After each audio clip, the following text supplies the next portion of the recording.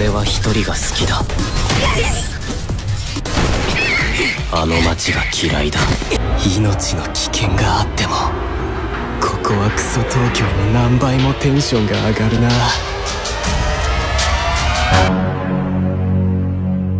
Cerita anime ini dimulai dengan diperlihatkannya seorang pria nolep, culun, gak punya teman apalagi pacar, selalu berlagak dingin dan menyendiri di kelas biar dikira Ayano Kyoji, tapi malah dibully. Dan aing yakin PP TikTok, IG, dan PP akun YouTube-nya pasti pakai PP anime sad boy ya. Pokoknya kehidupan MC kita ini itu mirip banget lah dengan kalian.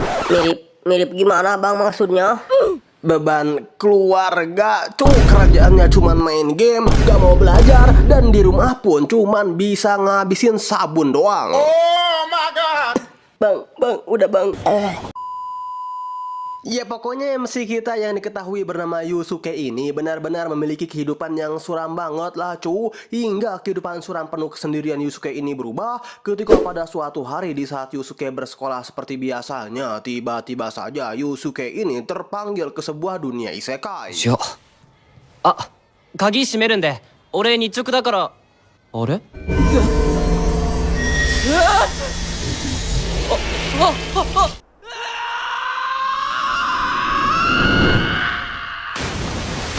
？Awalnya sih Yusuke ini bingung ya ketika dirinya tiba-tiba saja pergi ke dunia isekai. Apakah di dunia isekai ini juga ada sukubus? Tapi kebingungan Yusuke semakin menjadi ketika dirinya melihat dua orang teman sekelasnya yang diketahui bernama Shindo dan juga Kusue ada juga gitu kan di dunia yang sama dengan Yusuke. Apalagi ketika mereka berdua mengatakan, Yotsuya-kun, yatta, tsui ni danshi da.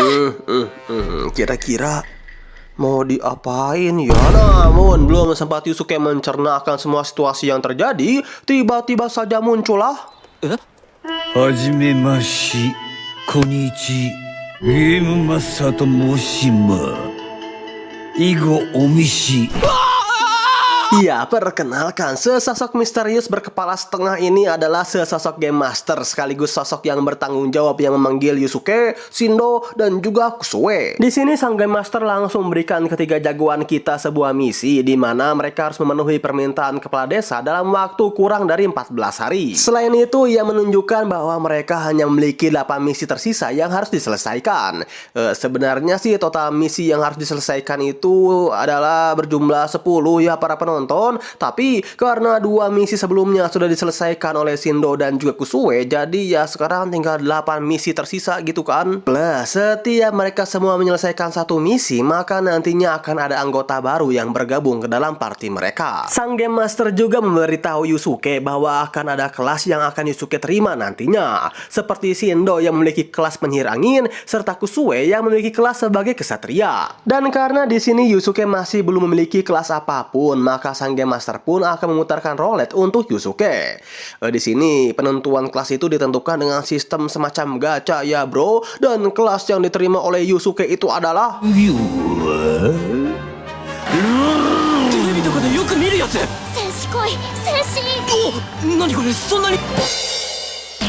Nomi. iya, petani. Kalau aing jadi Yusuke dan dapat job jadi petani, mending hunting sukubus si aing macu. Tapi ya singkat cerita, ketika Yusuke dan kawan-kawan tengah OTW ke desa terdekat, di sini mereka semua tak sengaja melihat sebuah lingkaran ajaib atau pada anime ini itu disebut dengan log point. ゲームの世界的な。なんだあれ。ログだ。ログ？ Jadi ketika kita menyentuh log point tersebut, maka kita seketika dapat melihat momen-momen spesial yang terekam pada tempat ini. Dan di sini kita dapat melihat sebuah momen Kusue di saat dirinya untuk yang pertama kali datang ke dunia isekai ini. 私がここに来てすぐの。見ないでください。 Beberapa saat kemudian Yusuke secara tidak sengaja menemukan sekelompok goblin dan ya pahlawan OP kita yang udah kecanduan banget ya cuy dengan yang namanya game. Di sini dengan pedenya Yusuke pun berniat akan mengsolo para makhluk-makhluk hijau yang hobi berkembang biak ini. Tapi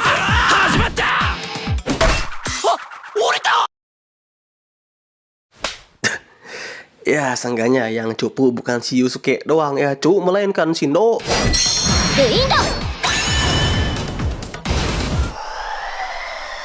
れで Kusue. はい Asli mending cari Sukubo sih aing mah. Oh ya, pada dunia ini juga Yusuke tidak bisa menggunakan pedang ya bro. Sebab jika Yusuke saat ini memiliki job petani, di luar senjatanya seperti cangkul, arit. Bang, kalau ada arit pasti ada palu kan bang? Emang petani pakai palu gitu cu? Si anjing.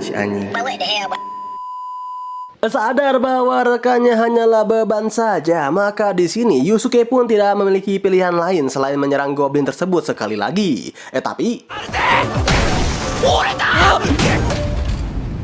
マジ俺死ぬのか ya, kita diperlihatkan Yusuke yang koit ya cu ya. Tapi tenang bro, setelah 30 detik ke depan Yusuke kembali hidup lagi kok. Jadi layaknya sebuah game, asalkan mereka semua tidak mati sekaligus, mereka dapat hidup terus menerus dengan durasi 30 detik ke depan. Tapi jika dalam pertarungan satu party Yusuke mati semua, maka Yusuke dan haremnya akan ikut mati juga gitu kan dalam dunia nyata. 全員が死んだらどうなるんです あれ言ってなかったっけ全員死んだら本当に死んじゃうんだって。 And ya, setelah Yusuke dan partinya bersusah payah melawan goblin dengan berbagai macam rencana, pada akhirnya mereka bertiga berhasil mengalahkan para goblin-goblin tersebut. 四谷君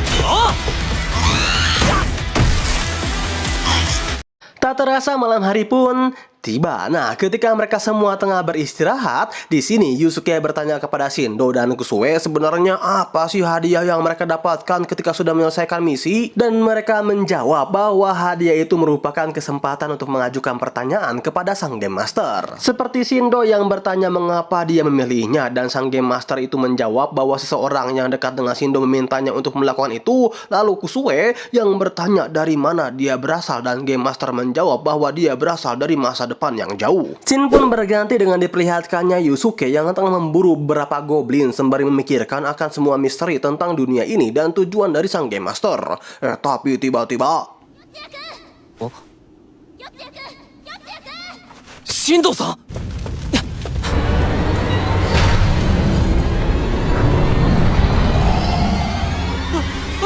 Iya, alangkah terkejutnya Yusuke ketika melihat Shindo yang sudah dimakan oleh sesosok monster troll raksasa, dan Kusue yang sudah berubah menjadi Akiko.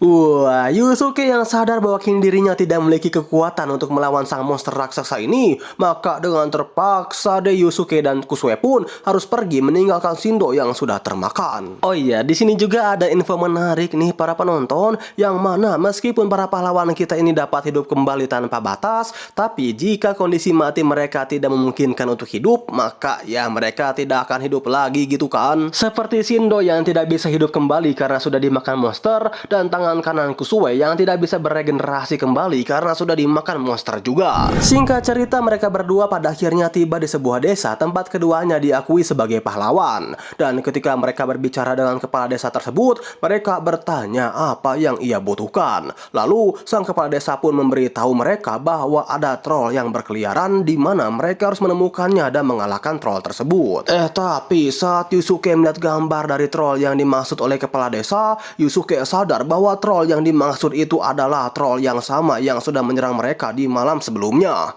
積んだ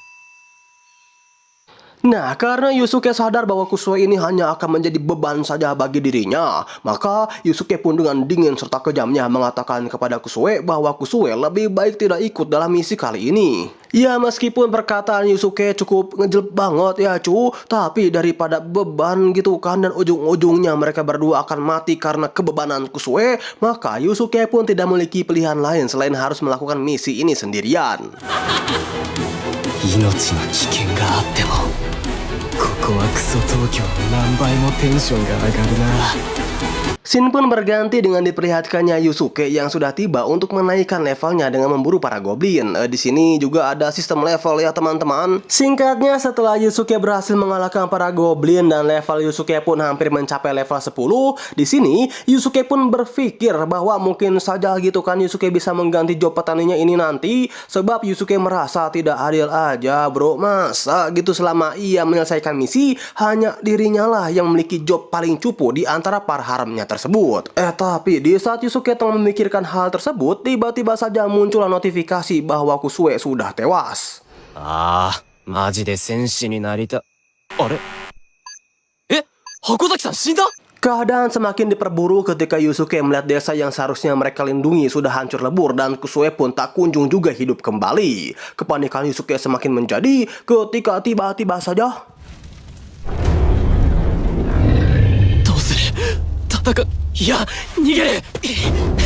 wah, sadar akan kemunculan sang monster raksasa ini, tentu dong di sini Yusuke pun tidak memiliki pilihan lain selain pergi melarikan diri. Tapi larinya Yusuke ini bukanlah tanpa rencana ya teman-teman. Meskipun emang Yusuke nggak tahu juga gitu langkah apa yang harus ia lakukan untuk mengalahkan sang monster ini, hingga di tengah-tengah keputusasaan Yusuke tiba-tiba saja muncullah sesosok goblin dan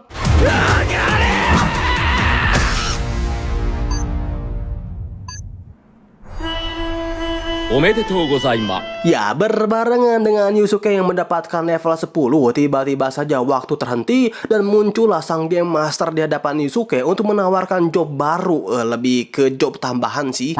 Ya, Yusuke yang sadar akan hal ini sih berharap banget gitu ya bahwa ia akan mendapatkan job yang bagus, seenggaknya mah bisa membantu Yusuke lah untuk mengalahkan sang troll. Tapi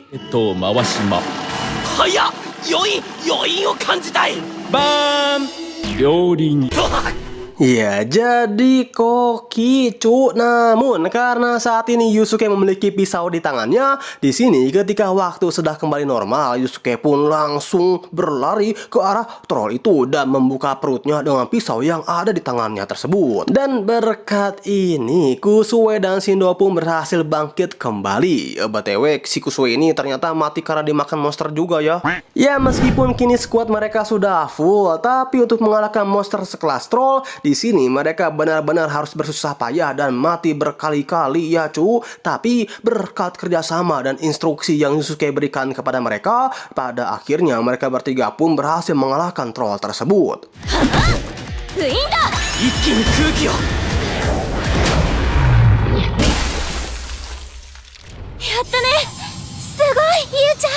And ya, setelah berhasil menyelesaikan misi mereka, Game Master pun lagi-lagi muncul dan memberikan kesempatan kepada sang tokoh utama kita untuk bertanya kepada dirinya. Yusuke pun bertanya kepada Game Master apa yang akan terjadi jika mereka gagal menyelesaikan semua misi. Dan Game Master pun langsung menunjukkan kepada Yusuke sebagian dari apa yang mungkin terjadi di dunia mereka alias bumi, di mana segala sesuatunya akan sangat kacau dan dunia akan diserang oleh beberapa makhluk aneh. Dan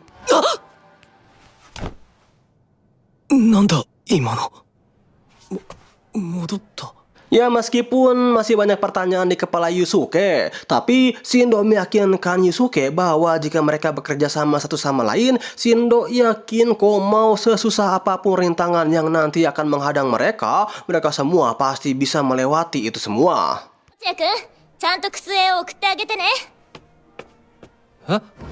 Pada suatu malam, Yusuke tiba-tiba saja menerima panggilan dari Game Master. Yang kali ini sang Game Master memberi misi yang cukup aneh ya cu. Yang mana di sini Yusuke harus menggoda seorang gadis dari sekolahnya. Baba Bowie. Karena tidak punya pilihan lain, Yusuke terpaksa harus menginap ke dalam sekolah pada malam hari. Dan ketika Yusuke masuk ke dalam kamar mandi wanita,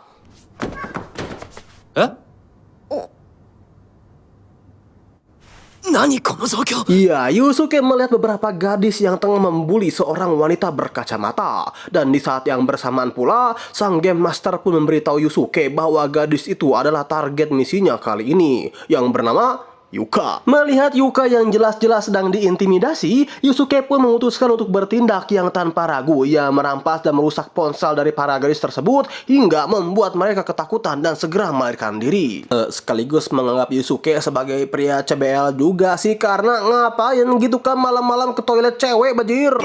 Yuka yang awalnya terkejut akhirnya mengucapkan terima kasih kepada Yusuke atas bantuannya. Nah, dalam perjalanan pulang, Yuka mulai bercerita bahwa ia sebenarnya menjadi korban balas dendam karena kesalahpahaman yang terjadi di saat Yuka melakukan siaran langsung di sebuah platform streaming.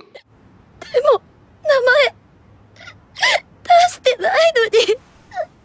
Dan ya karena Yusuke juga tidak tahu harus berbuat apa dan emang belum pernah pacaran atau ngobrol bareng cewek juga gitu kan. Di sini Yusuke hanya ngangguk-ngangguk doang ya teman-teman. Tak terasa 2 minggu pun berlalu dan kini kita diperlihatkan mereka semua yang kembali ke dunia isekai. Tapi kali ini bersama dengan Yuka ya para bangsawan, yang tentu Yuka itu merasa bingung ya cukup tiba-tiba dirinya dipanggil ke dunia isekai gitu kan. Tapi di tengah-tengah kebingungan Yuka, tiba-tiba saja muncullah. Hajimemashi, konnichi.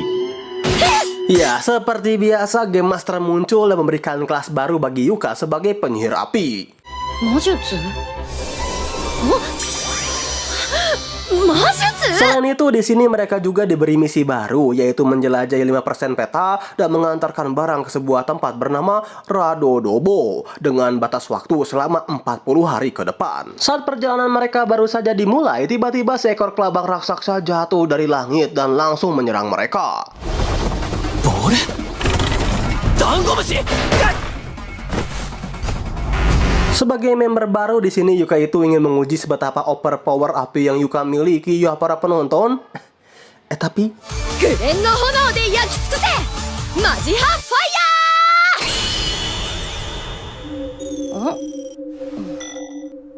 ー。あったかい。 iya, muncul lagi member beban gitu kan. And ya, karena tidak ada satupun orang yang Yusuke bisa andalkan, maka dengan terpaksa deh Yusuke pun lagi dan lagi melawan monster tersebut seorang diri. 3、もうちょいそっちそっち。2、1。 Singkat cerita, kini kita diperlihatkan mereka yang kembali ke desa yang mereka selamatkan dan mendapati bahwa yang tersisa hanyalah reruntuhan saja. Dan di sana seseorang yang lewat memberitahu mereka bahwa tidak ada seorang pun yang tinggal di desa ini selama 5 tahun belakangan semenjak sang monster troll menghancurkan desa mereka. Jadi waktu yang ada di dunia isekai serta di bumi itu tidak saling berhubungan satu sama lain ya para penonton. Nah, ketika Yusuke bertanya kepada sang pria tersebut akan letak kota bernama ribet anjing. Radodobo maksud aing. Di sini sang pria pun langsung menunjukkan peta kepada mereka dan memberitahu bahwa kota Radodobo itu terletak di seberang benua. Dan jika mereka pergi ke sana menggunakan kuda, maka mereka harus menempuh waktu selama 30 hari lamanya. Awalnya sih Shindo berusaha membujuk sang kakek untuk memberikan kudanya. Tapi karena kuda ini merupakan satu-satunya yang ia miliki untuk berdagang, meskipun pahlawan yang meminta sekalipun, sang kakek tidak bisa menerima permintaan dari Shindo. Tapi sang kakek mengatakan kepada mereka bahwa ada sebuah turnamen seni bela diri yang akan diadakan di kota Kortonel dengan hadiah 3 ekor kuda. Yang tentu saja mendengar informasi tersebut, Yusuke dan para haramnya pun langsung utiwi lah ya ke kota Kortonel. Tapi di tengah-tengah perjalanan mereka, tiba-tiba saja 人間サイズじゃなくて。おう、勇者じゃねえか。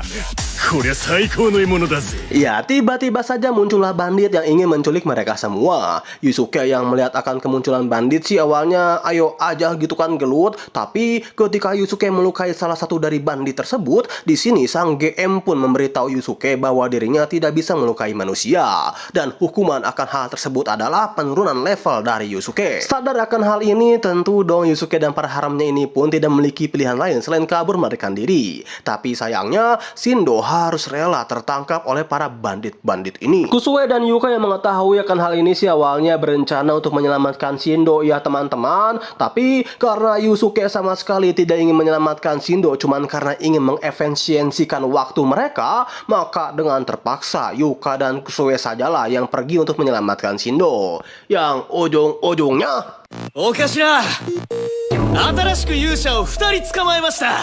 そうか、同じ牢屋にぶち込んどけ。 ya emang beban bejir. Sedangkan di sisi Yusuke, kita diperlihatkan Yusuke yang telah mengalahkan banyak goblin sehingga membuat kelas baru lagi bagi Yusuke, yaitu penyihir organisme. Ya, aing juga nggak tahu kelas apa ini cu, tapi yang pasti dengan kekuatan Yusuke yang kini bertambah, Yusuke yakin bahwa dirinya bisa dengan mudah memenangkan turnamen bela diri ini. Itulah yang dipikirkan Yusuke awalnya. Tapi kenyataannya, 勇者様が死んだ。 ya kata Aing juga apa mending farming cukup bus bejir. Tapi ya di luar itu semua, di sini Yusuke mencoba meyakinkan sang pemenang yang ternyata seorang ksatria wanita bernama Kavel untuk meminjamkannya beberapa kuda untuk pergi ke kota Rododobo. Awalnya si Kavel nampak emoh yang memberikan kudanya kepada Yusuke, tapi setelah Yusuke menceritakan akan teman-temannya yang ditawan oleh bandit dan tujuannya ke kota Rododobo, pada akhirnya Kavel pun setuju untuk memberikan Yusuke 1 ekor kuda. Tapi dengan satu syarat, Yusuke harus mengungkapkan lokasi bandit-bandit tersebut kepada dirinya. Ya, Yusuke sih sama sekali tidak masalah dengan hal ini ya para penonton, wong haji mumpung juga bukan? Tapi sebelum mereka semua menyergap kediaman bandit, di sini Kavel itu ingin sekali melihat sejauh apa Yusuke menguasai ilmu berpedang, yang tentunya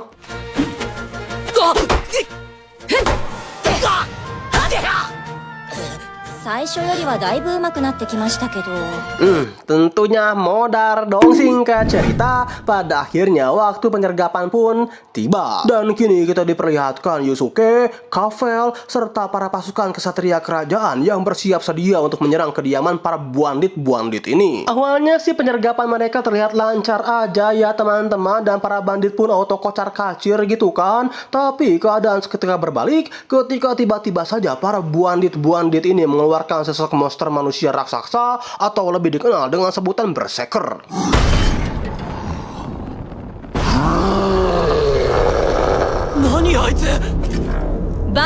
Ya, jika Yusuke berhadapan dengan berserker ini sih sudah dapat dipastikan ya, cuma 1000 kali Yusuke mati hidup pun si Yusuke ini masih belum bisa mengalahkan sang berserker tersebut. Tapi tenang, karena saat ini Yusuke didampingi oleh sang ksatria wanita paling OP yang pernah ia temui. Di sini dengan mudahnya Kavel pun mengalahkan sang berserker tersebut dengan pedang panjangnya itu.